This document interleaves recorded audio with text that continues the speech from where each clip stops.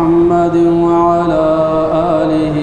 وأصحابه الذين أوفوا عهده أما بعد فأعوذ بالله من الشيطان الرجيم بسم الله الرحمن الرحيم هل ينظرون کاہے کی راہ دیکھتے ہیں لوگ الا ان تأتیہم الملائکہ مگر یہی کہ ان پر آئے فرشتے او یأتی ربک یا آئے تیرا رب او یأتی بعض آیات ربک یا آئے کوئی نشانی تیرے رب کی یوم یأتی بعض آیات ربک جس دن آئے گی ایک نشانی تیرے رب کی لا ينفع نفسا ایمانها کام نہ آئے گا کسی کے اس کا ایمان لانا لم تکن آمنت من قبل جو کہ پہلے سے ایمان نہ لایا تھا او کسبت فی ایمانها خیرا یا اپنے ایمان میں کچھ نیکی نہ کی تھی قل انتظروا انا منتظرون تو کہہ دے کہ تم راہ دیکھو ہم بھی راہ دیکھتے ہیں۔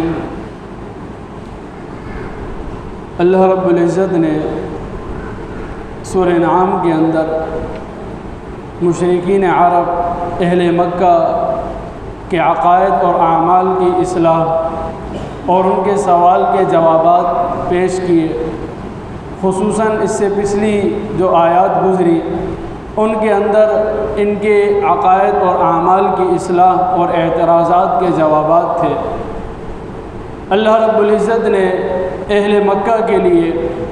یہ واضح فرما دیا کہ اللہ رب العزت نے جو نبی بھیجا ہے وہ حق اور سچ کا نبی ہے، اس کے پاس معجزات ہیں جو تم نے دیکھے ہیں، اور ایک امی نبی جو پڑھا لکھا نہیں، کسی استاد کے پاس پڑھا نہیں، وہ اس طرح کا کلام پیش کرتا ہے، اس سے بات پتہ چلتی ہے کہ یہ حق کا راستہ ہے۔ اب ساری باتیں حق اور باطل تمہارے سامنے واضح ہو گیا، لیکن اس کے باوجود بھی ایمان نہیں لاتے، تو پھر اس کے علاوہ تمہیں اور کیا چاہیے؟ تو اللہ رب العزت نے اس کو آیت مذکورہ کے اندر ایک بلیغ پیرائے کے اندر ذکر کیا،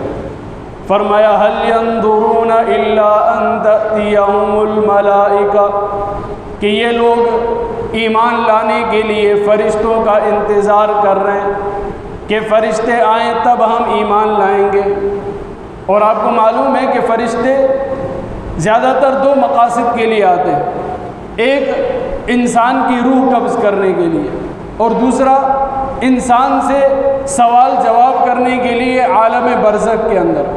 یعنی قبر کے اندر منکر نکیر آئیں گے، سوال و جواب کریں گے۔ تو فرمایا کیا ایمان لانے کے لیے موت کا انتظار کر رہے ہیں کہ موت آئے گی پھر ایمان لے کر آئیں گے؟ جسے اللہ نے ایک جگہ فرمایا فَبِأَيِّ حَدِيثٍ بَعْدَهُ يُؤْمِنُونَ قرآن کے بعد اور کون سا کلام ہوگا، کون سی حدیث ہوگی جس پر یہ ایمان لے کر آئیں گے؟ اس سے بڑھ کر بھی کوئی کلام ہو سکتا ہے کہ یہ اب تک ایمان نہیں لے کر آئے؟ تو فرمایا کیا یہ اس چیز کا انتظار کر رہے ہیں او یأتی ربک، یا اس چیز کا انتظار کر رہے ہیں کہ تیرا رب آئے؟ یہ کیا اللہ کے آنے کا انتظار کر رہے ہیں؟ اللہ رب العزت تو قیامت کے دن محشر کے میدان میں آئیں گے، کس طرح آئیں گے، کس کیفیت سے آئیں گے، اس پر بحث کرنا جائز نہیں ہے۔ اسلاف کا علماء کا یہی طریقہ ہے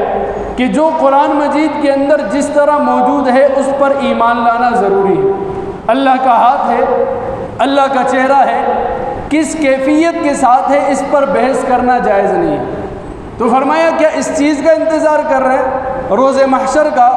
او یأتی بعض آیات ربک، یا یہ اس چیز کا انتظار کر رہے ہیں کہ تیرے اللہ کی نشانی آ جائے؟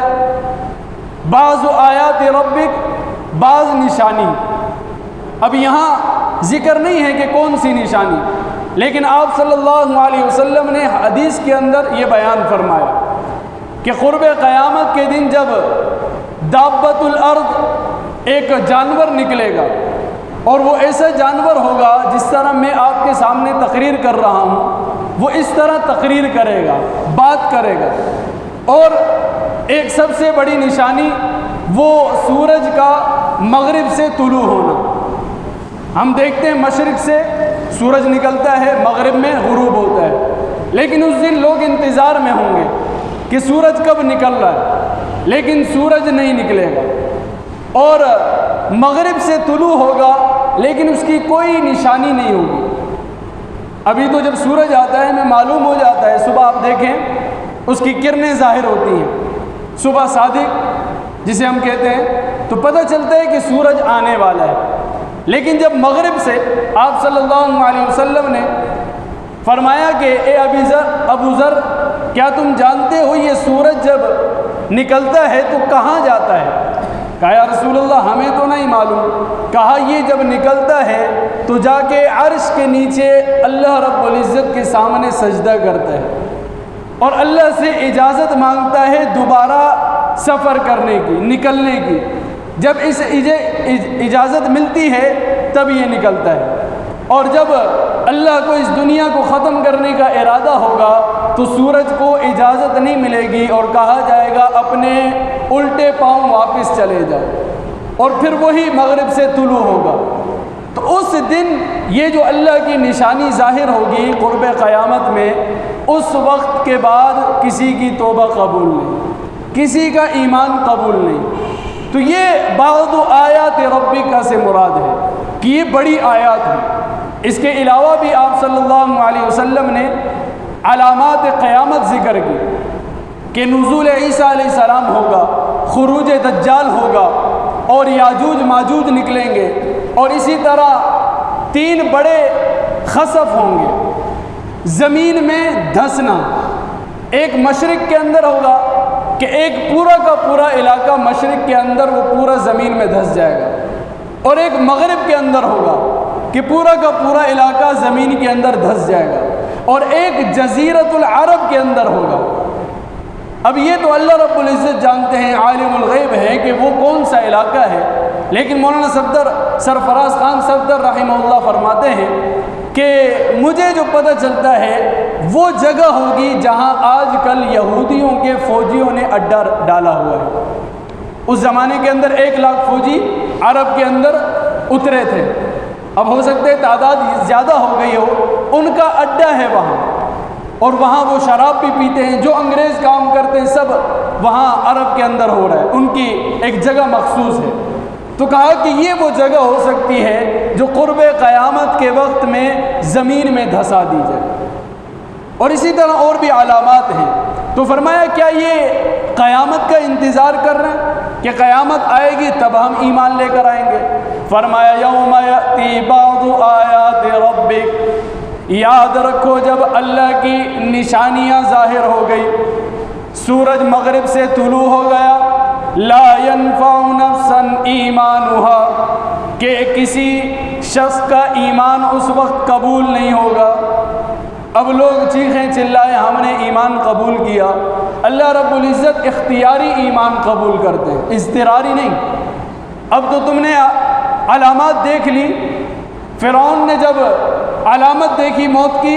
تو وہ بھی کہنے لگا آمنت انہ لا الہ الا الذی آمنت بہ بنو اسرائیل، اب تمہیں ایمان لے کر آیا۔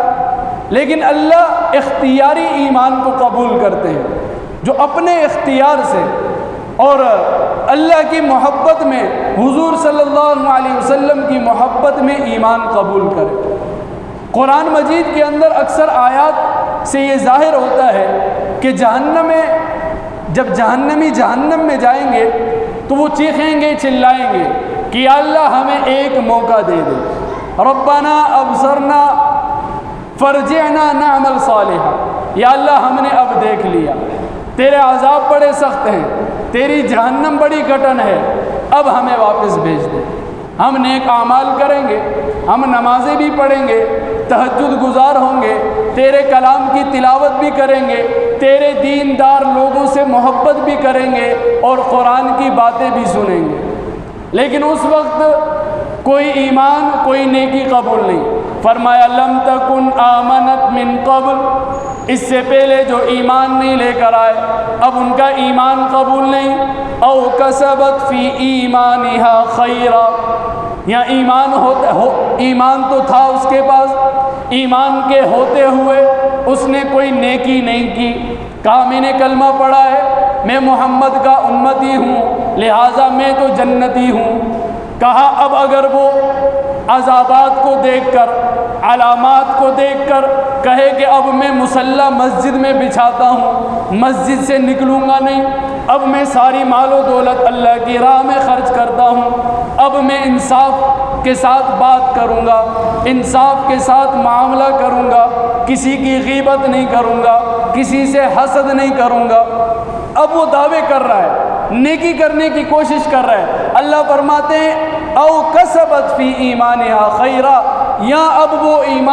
ایمان کی حالت میں نیکی کرنے کی کوشش کرے، اس کی نیکی بھی قبول نہیں ہے۔ نیکی ایمان ان علامات اور موت سے پہلے قبول ہے۔ فرمایا ان توبۃ العبد تقبل ما لم یغرغر،